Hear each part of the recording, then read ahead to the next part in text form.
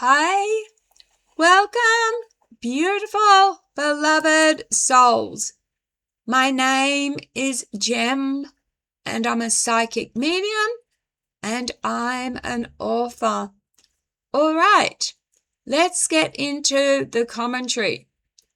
Child ghosts, innocent spirits, or something else entirely. What if I told you that in some occult traditions, child ghosts aren't actually children at all? That the small figure you see at the end of a hallway, the soft voice calling out at night, the giggle that feels just a little too perfectly timed, might not be what it pretends to be. In this video, we're stepping into one of the most unsettling questions in the paranormal. Do child ghosts really exist? Or are they something else wearing a mask? Part 1. The common belief. Let's start with what most people believe. When people report ghost encounters, child spirits are actually very common. They're often described as playful, curious, repeating the same actions, or appearing in places where children once lived or died. And instinctively, we respond differently to them. A grown adult ghost might trigger fear, but a child ghost? It triggers protection, compassion, and trust. And that right there is where things get interesting. Part 2. The occult perspective. In certain occult and historic traditions, there's a very different interpretation. The idea is this: true child spirits don't linger.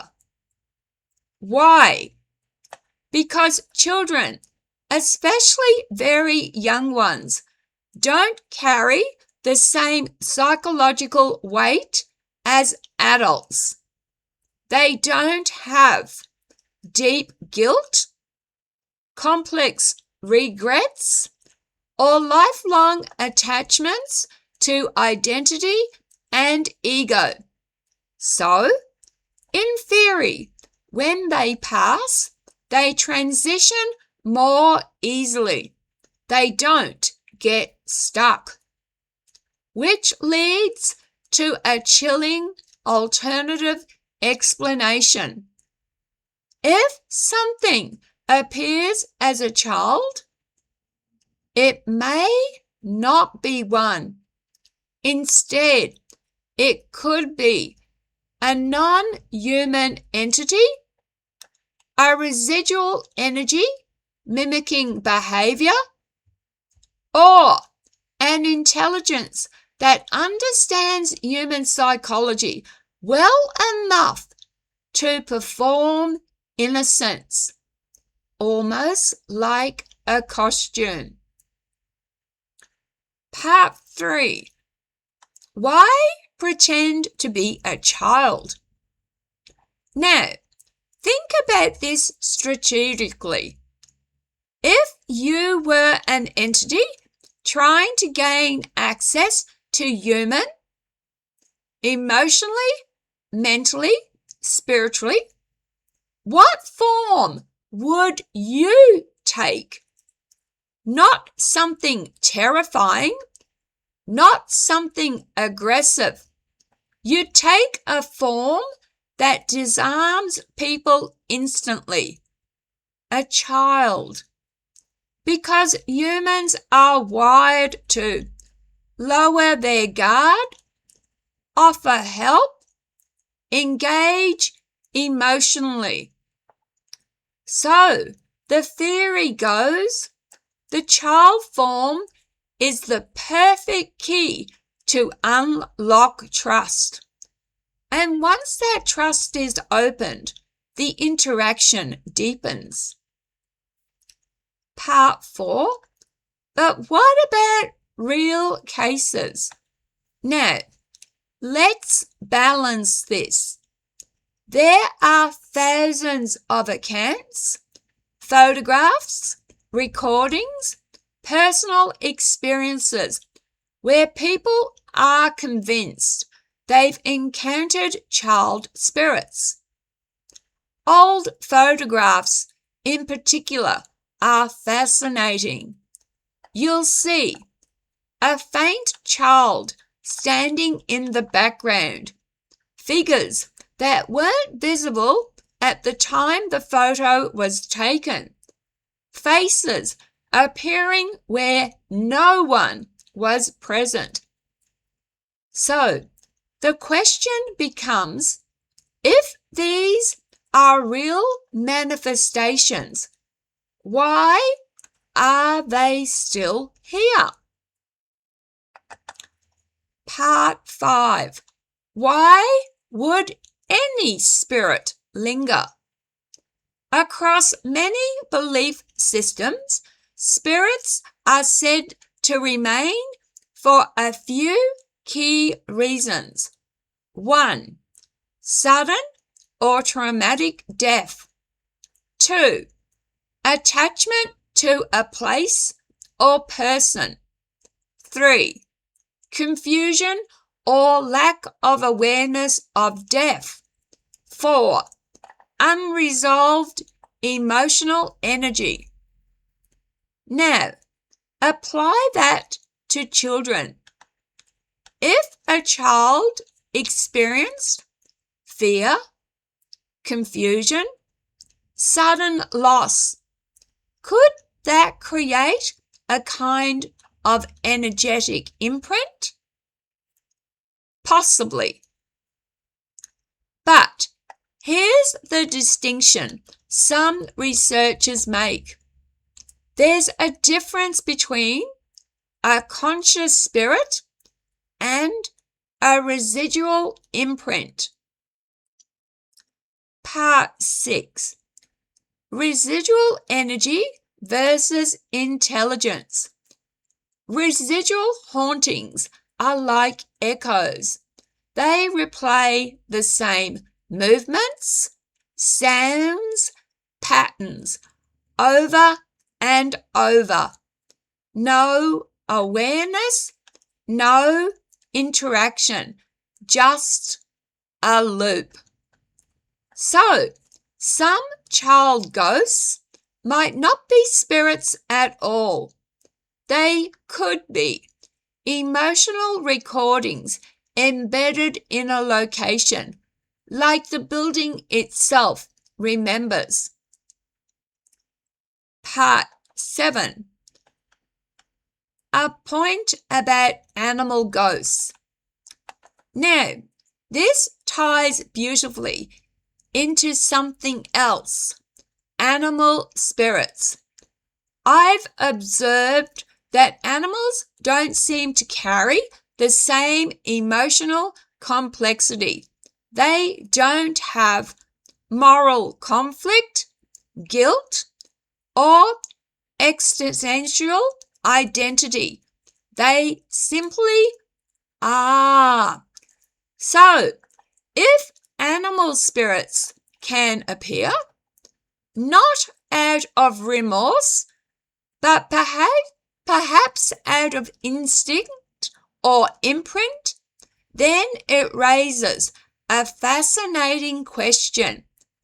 Are some child ghost sightings closer to animal-like energy than adult human spirits?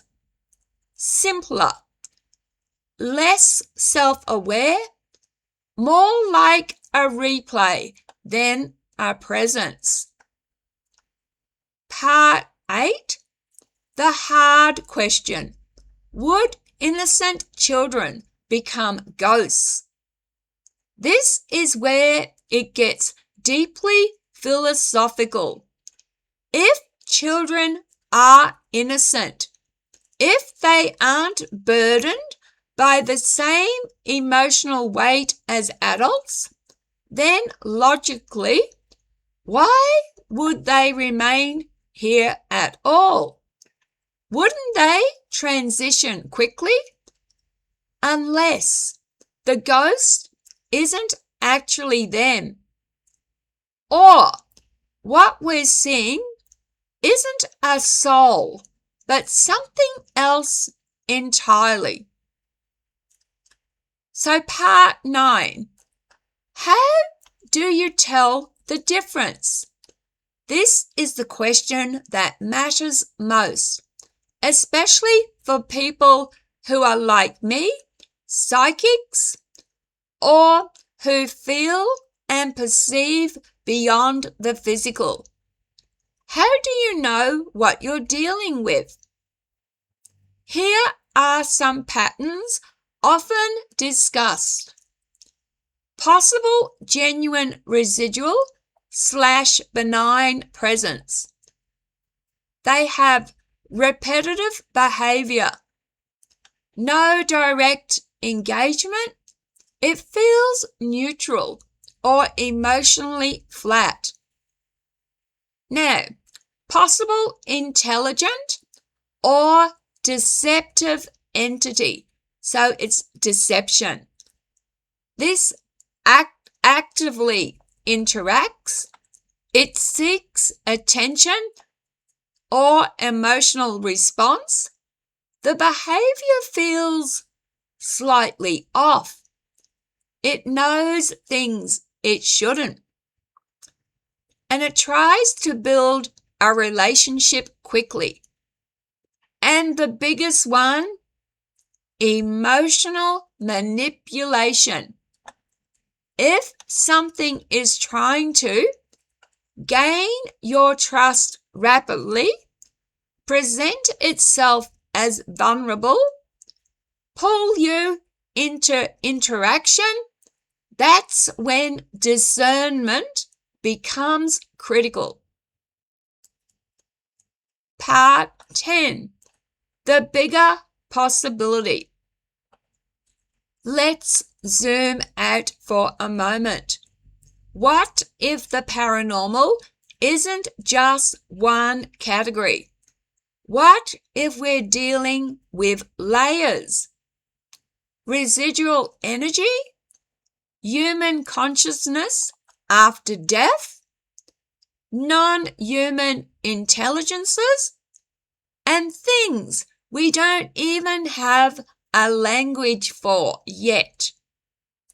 In that framework, child ghosts might not be a single phenomenon. They could be echoes, spirits, or masks. In closing, so here's where I land on this. As a psychic medium, I don't think every child ghost is fake. And I don't think everyone is real either. I think the truth sits somewhere in the grey. And if there's one thing to take away, it's this. Not everything in the unseen world is what it appears to be. Let me repeat that. Not everything in the unseen world is what it appears to be. And the more something leans into innocence, the more carefully we should observe it. Not with fear, but with awareness. So, ending this, let me know what you think. Have you ever encountered what you believed was a child spirit? In all my times as a psychic medium, I've come across young spirits, but never children. And I've come across things that I don't know what they are. But have you encountered a child spirit? Did it feel genuine or something else? Because the line between spirit and illusion might be thinner than we think. Okay, beautiful, beloved souls, I appreciate every and any view. Thank you very much for watching. I ask that when you do drop a comment, do so respectfully. Please be kind to each other. Take care of yourselves. Love, light, and blessings. Have a good night, and I'll see you tomorrow. Bye.